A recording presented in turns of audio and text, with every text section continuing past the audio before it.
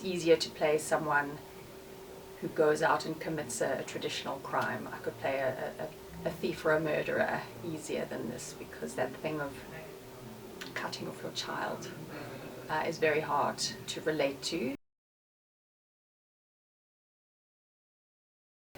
So I play Yvonne Budge, who is Thomas's mother. She's a very powerful character, the head of the home, even though technically in her faith she's not the head of the house, but she very much rules the roost. You know, it's my job as an actor not to judge the character. I have to inhabit the character.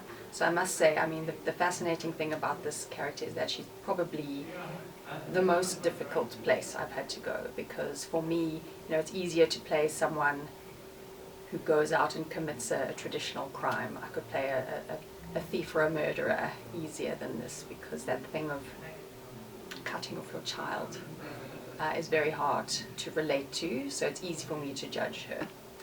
The other thing I can relate to, and I've had to find things to relate to in this character,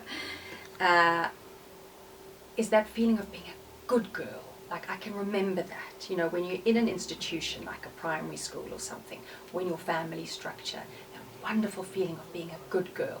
And I think that this is what keeps her alive in her faith. Is, you know, there is this institution and she has bought into it, and thinking that the elders and her God are beaming down on her because she's being such a good citizen. I can remember that. It's a childlike feeling to me, but I can relate to that. And I think this piece is important because if it can encourage or give one person the courage to walk away from an oppressive environment